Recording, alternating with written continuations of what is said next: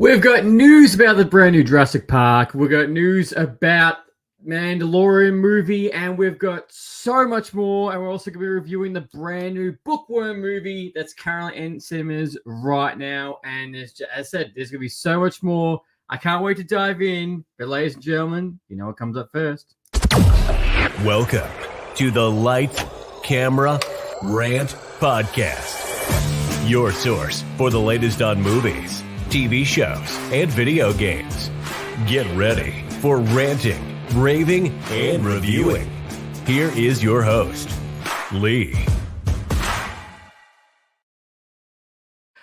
Hi everyone, and welcome back to another episode of Lights, Camera, Rant. As always, for anyone who's brand new, welcome. For anyone who's been here for a little while, you know where to sit and where to pull up a drink and get ready for another episode. And look, it's like I say every week, just always seems the fact that like there's always something new, but always like a buckload of something new nearly every week. And so this week we've also had anniversaries. We've had so much, and as always, I just want to say thanks for everyone who comes past every single week, listens to your rant. Absolutely props to you, especially if you come through every single episode. It still surprises me that we are up to 171 consecutive weeks that we have done this podcast, and we have missed one single week, and we're not going to miss a week when I've got my wedding, and we're not going to miss a week when I go overseas next year. It's just going to be Lights, Camera, Rant International. So without further delay, let's get into the pop culture news. And the very first thing up is the fact that brand new The Crow movie bombs at the box office, which is an utter shock to no one. As soon as I saw this post, I was just like, yep, that's no surprise there. I don't think anyone had high expectations for this movie yet. I haven't seen it yet. It is on my hit list to go watch, but yeah, this isn't looking too good for the remake. To put this in perspective, this movie's budget for this movie was $50 million, and that's not include marketing. And currently right now, it's only made $10 million at the box office as I'm recording this. So, I don't think you should be expecting a sequel or 2 or 3 or 4 at all. I would be very surprised if it gets a sequel at all. But unfortunately, this isn't, considering as some of which has contained Deadpool, Inside Out, and a lot more. This seems to be a loss at this moment. And yeah, and not to mention the reviews I've seen from this from other people. I'm like, that's a little bit brutal. That's a little bit harsh. But it's a hard thing. Like, you're trying to capture the magic of a movie that has such a big legacy. And, you know, especially the fact this reboot has gone through, I think, 3 or 4 different script reiterations. Not to mention, at one point, Jason Momoa was meant to be in the iconic role, which I feel like if Jason Momoa had stayed on and done this movie, we would be having a completely different conversation and would be slightly different. Hey, it could still might have turned out shit, but, you know, it might have been a little bit different. However, that's what we got right now. But if you have seen it, then let me know what you think. Is like, does it deserve this box office bomb? Does it deserve these really scathing reviews? Now, as mentioned, we talk about anniversaries. This past week was the 15th anniversary of Batman Arkham Asylum, which I can't believe it's been 15 years. I must admit just how quickly time has gone. And in that time, we got Arkham City, which was iconic, Arkham Knight, Arkham Origins, and not to mention we're about to get Arkham Shadow, which I really think is just not... I watched the trailer, watched the gameplay, and I can honestly tell you I'm like not excited for this at all. And it was more just like a, wow, yay, it's in VR. I'm like, really? Why couldn't we get this?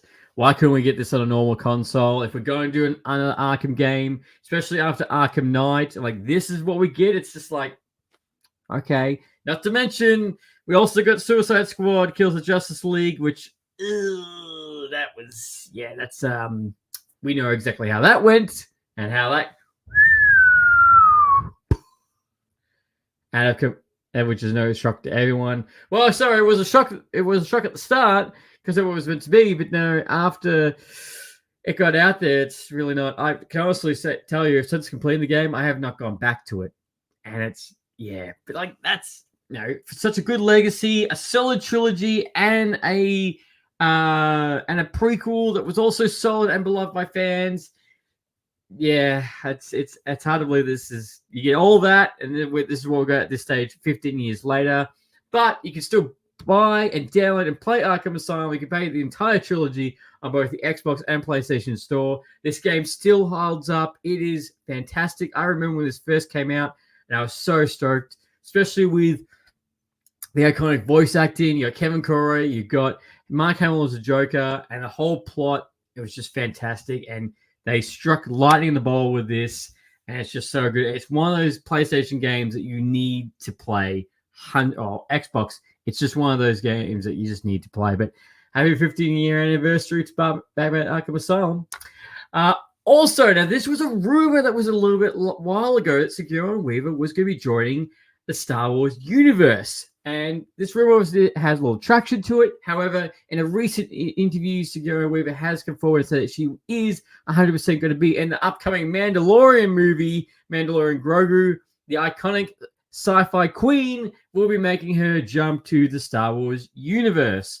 The Mandalorian and Grogu movie, it's not saying it has to be a winner, but, it's just going to be the first live-action Star Wars film that we've gotten since the dismal Star Wars Rise of the Skywalker, which, left a lot of people's taste in their mouth pretty bad, especially after what happened the movie before that, with The Last Jedi.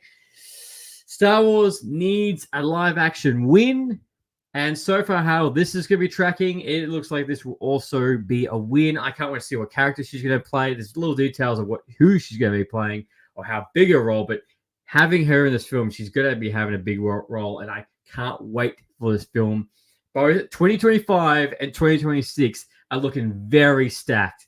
So compared to this year, which seems a little bit more thin, but this is just going to be, I'm so excited for this. Now, this is interesting that we got this week. It was kind of like out of nowhere. We got our first look and the brand new title for the 7th Jurassic Park movie, Jurassic World Rebirth. Oh my God.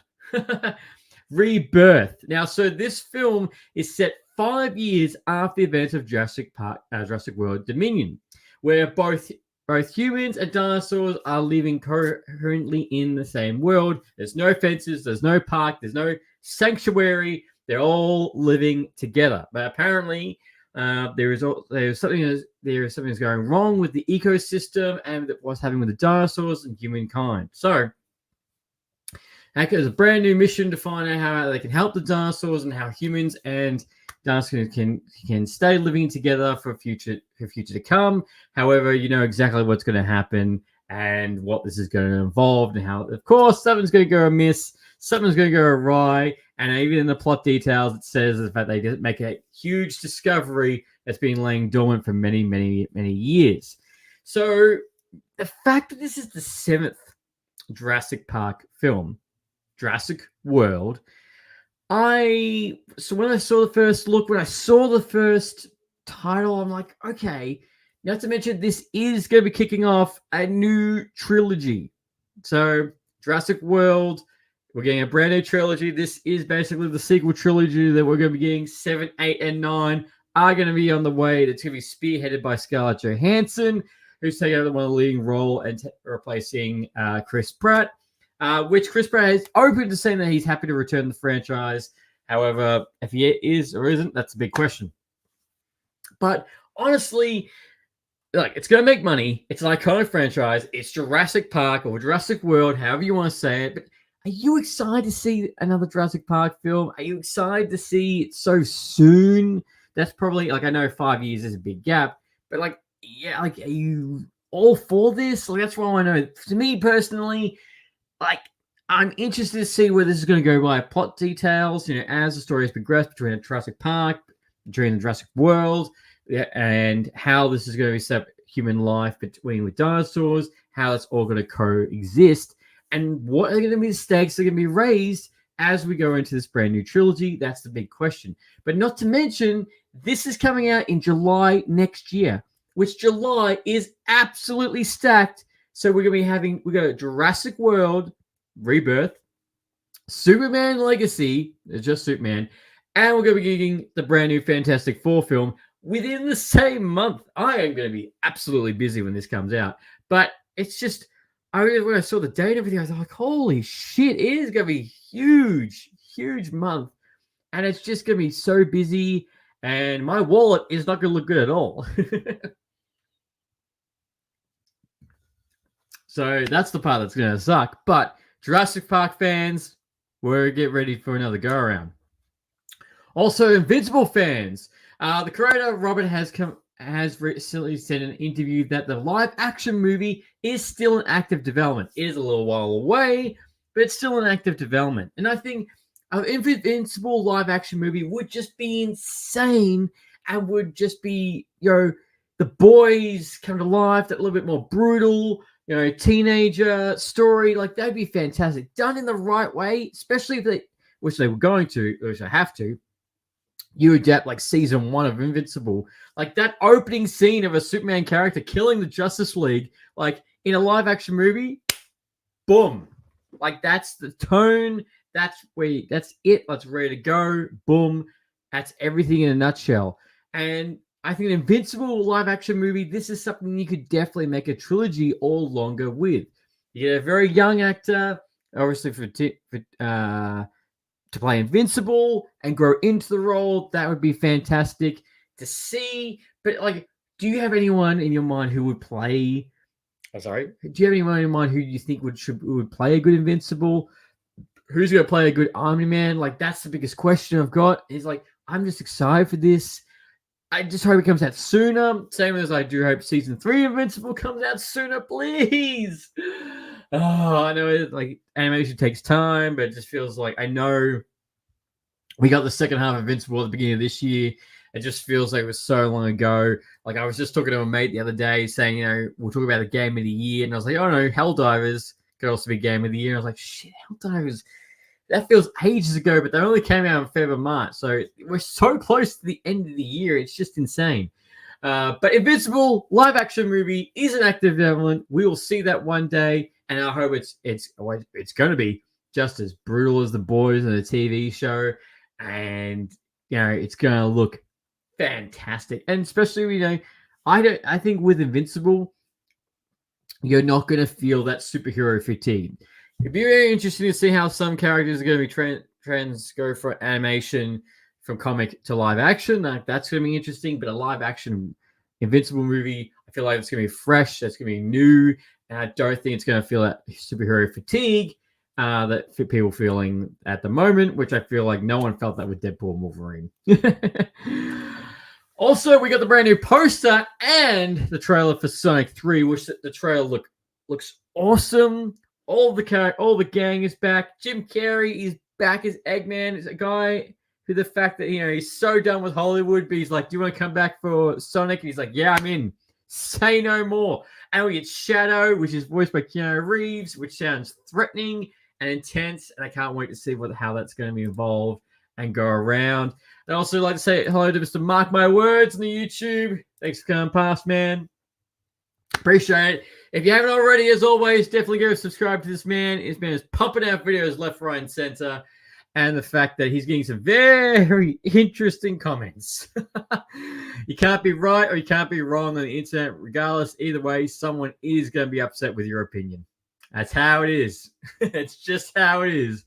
But yes, the Sonic 3 trailer, it just got me so excited. And it's funny when I look at the Sonic trilogy that we've been getting so far, and the fact it's had a spin-off with Knuckles. But because the funny thing is, I still remember we got that first trailer for Sonic, and Sonic looked horrible, like a mashup between a cat or something, and it just looked god awful. And the internet was just revoked in so much, and that's how Sonic changed into what we see Sonic now. Sonic has done very well at the box office. Having Jim Carrey as Eggman was an absolute win, and he's killed it in every single one. And the fact that this brand new one, and we get Keanu Reeves as the villain for the movie, like, take my money. Take my money. And there is no word on what's going to happen after Sonic 3, but this isn't going to be the last film. I'm sure there's going to be so much more, but this has just been an absolutely smash out of the park. And the poster looks cool. The trailer, everything just looks awesome, and I can't wait to see this. And this is coming out in December the 20th at the end of this year. So it's going to be, it's going to be a good Christmas present. Trying to see that while doing Christmas shopping and trying to make sure. But Sonic 3, definitely let me know what you think about the trailer. But it's an absolute go. Also, for everyone, Star Wars Outlaws is currently out right now. It just dropped this past week. Reviews have been very interesting about it. I saw it on IGN. They go a 7. Pretty sure it got 7. Interesting. I haven't played it yet. It is on my hit list to definitely go check it out. But if you don't know, don't remember the fact that this is currently out right now. It is an open world Star Wars game. And also definitely go check Mr. Mark My Words. He had a very interesting take on it as well. But Star Wars fans, how are we finding Star Wars Outlaws at the moment? Is this a win? Or this is something we go play it for 10 minutes and I'm going to go back to Star Wars Battlefront. And that's it. Also, I thought this was cool. A deleted scene of Gambit was posted online, which was showing him the fact he survived the final battle on Deadpool Wolverine. And we see that he's currently looking at one of the spiral rings to go to a different dimension, and he's got a smirk on his face. So basically, this is letting fans know that Gambit can definitely return Channing Tatum at some point. I know a lot of people are clamoring to see Gambit back on the big screen, especially with his I'm gonna make a name of myself. Like his interesting accent, to say the least. But that's definitely was a nice little Easter egg that we got to say that he could come back in some form or some fashion. As I've always said multiple times, Avengers Secret Wars and Doomsday, anything's on the table. Anything of anybody could be appearing in those films, especially Avengers Secret Wars, where everything's on the table. So we could very much see Gambit back. I don't think we will see him in his own movie, but seeing him come back as a cameo is 100% possible, especially with Deadpool, where he's going to rock up Wolverine, Hugh Jackman. We know he's not done. He's going to have one more kicker, and we're going to see him on the big screen. But Gambit fans, he is alive. And where he could show up next is the big question. Also, we've got a a combined rumor, if you will. Combined news, kind of like two birds, one stone, or one stone with two birds, whatever you want to call it. So one of the biggest rumors that's coming out for this year is that the PlayStation Pro will be dropping this year. The rumor is for December.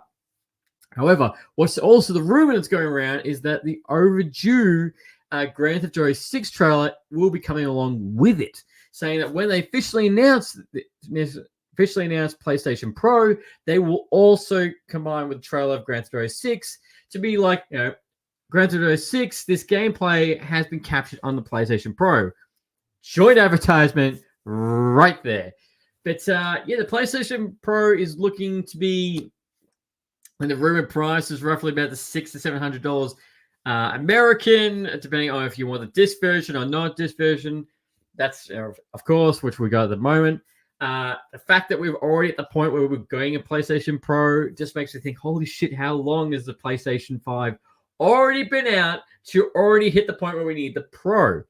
Now, the big question is like, the Grand Theft Auto 5 trailer, is this going to be another cinematic, or we get some gameplay? What's this going to be? Because Grand Theft Auto 6 coming out next year is one of the most hyped games and most anticipated games of 2025. And at this stage, I have no doubt it will also take the cake of the game of the year, unless something absolutely surprising and massive like Elden Ring comes out and just storms it away. But Grand Theft Auto 6 will looking to be the game of the year for next year. Getting the brand new, looks like it will be in the brand new trailer with PlayStation Pro. PlayStation Pro is dropping around about December. So if you're looking for a good Christmas present, PlayStation Pro is going to be your ticket and you'll win right there. Also, I'd like to remind everybody that the brand new anime Terminator TV show, Terminator Zero, has just dropped on Netflix. It's about 8 episodes long, and each episode goes for about 30 minutes. So we will be going to be reviewing this on podcast over the next week. So definitely tune in for that review. It looks fantastic. The trailer looks good. The animation looks good. So I can't wait to watch this. I am so over the moon for this. Haven't had a chance to watch it yet, just to do with wedding stuff. But I'm very excited for it and see where this is going, where this is headed. And yeah, just like the story looks brutal. So definitely chime in for that. All right, so that was the biggest news that's happened the past week. Let's get into our review, which is called Bookworm, which I would like to say thank you to Renato for giving the opportunity to review this film. I give them a review this film because this was interesting. So when I saw the poster for this, I didn't watch the trailer for this. I just saw the poster and I was like, yep, I'm in. Let's give this a go. Especially the fact it's got Elijah Wood in it, which I was like, yep, I'm in. 9 times out of 10, what he touches is pretty good.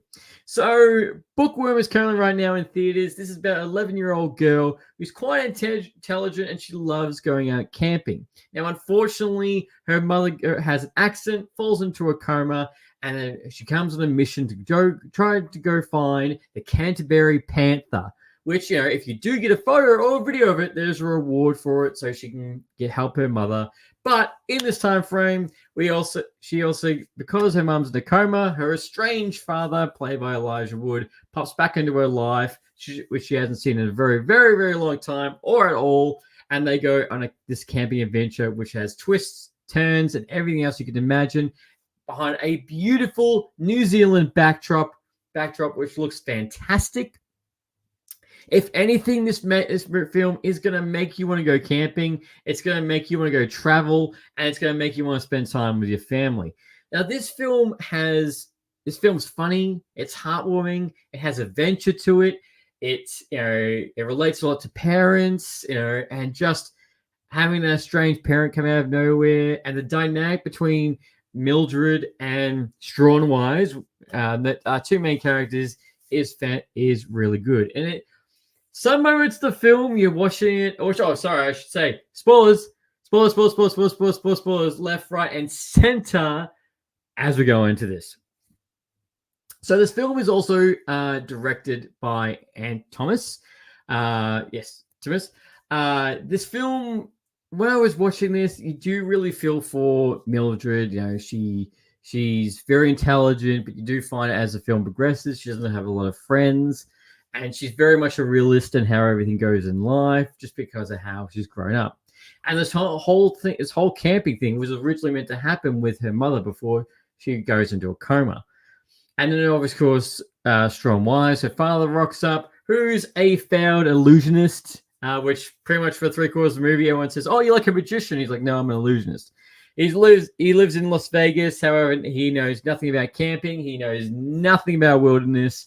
How to raise a daughter. So he tries to get on Mildred's favor, tries some tricks, but yeah, it doesn't work very well at all going on this. And but you do see them try and work together. You do see that bonding throughout the film, and there's some really funny moments between how scared Strawn gets, how intelligent Mildred is. Moments where they get scared, or the fact that just the small things of like how useless Strawn is trying to find something, or how sometimes the dynamic between, instead of Strawn looking after Mildred, it's the other way around, which is a lovely dynamic. Now there's a couple of moments I did find the film a little bit dark. I was like, okay, where they're just going out in the wilderness, they're just going camping. And they find another couple, which they're like, "Oh yeah, we're traveling to," which threaten them, try and kidnap Mildred and take all their stuff, and just leave them stranded. I was a bit like, "Oh, okay." This just got a little bit dark all of a sudden. I was like, "Okay, this is," because it's like it's hard. It's sad moment. Heartwarming, adventurous. Whoa, okay, this got a little bit dark. So then after what happens is when they lose all their stuff, Mildred's very upset. She's like, why didn't you defend me? Why didn't you do anything? And he's like, I've never experienced anything like that. I've never done anything. He said he was a black belt, even though he doesn't look like a black belt at all. Steals their phone, and they try again. They were relying on Mildred's knowing of camping and her intelligence, which she does survive, and they do get through that ordeal. Eventually, they do find the couple that stole their shit, and they go on their mission to try and get all that because what they need is that originally all this is to find the mysterious Canterbury Panther, which she does get the fear of it originally, which she has on her camera, and they steal it. So it becomes a mission to find that camera, get that, and make sure to get the money.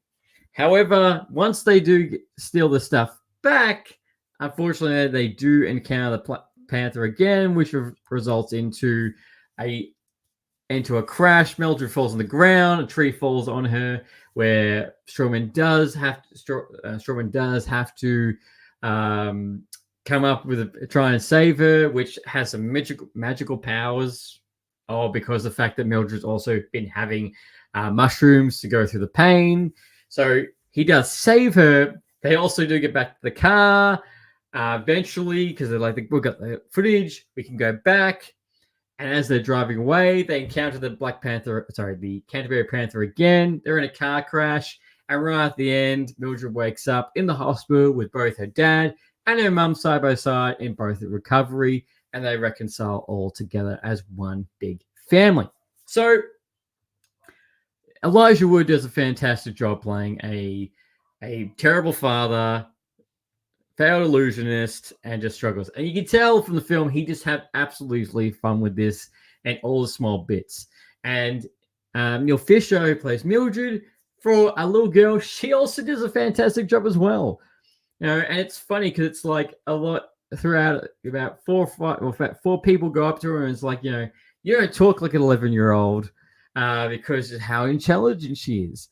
So, and that's really wonderful to, that's a nice heartwarming moment that she's got this intelligence, but we do find out that she doesn't have any friends and she feels isolated because of it all. But, just watching this film, this is probably one of those films that, like, if I weren't offered the free tickets, I would definitely not watch it normally. But after I watched this film, I was, I was glad I did. I was really glad I watched this film. This is just something.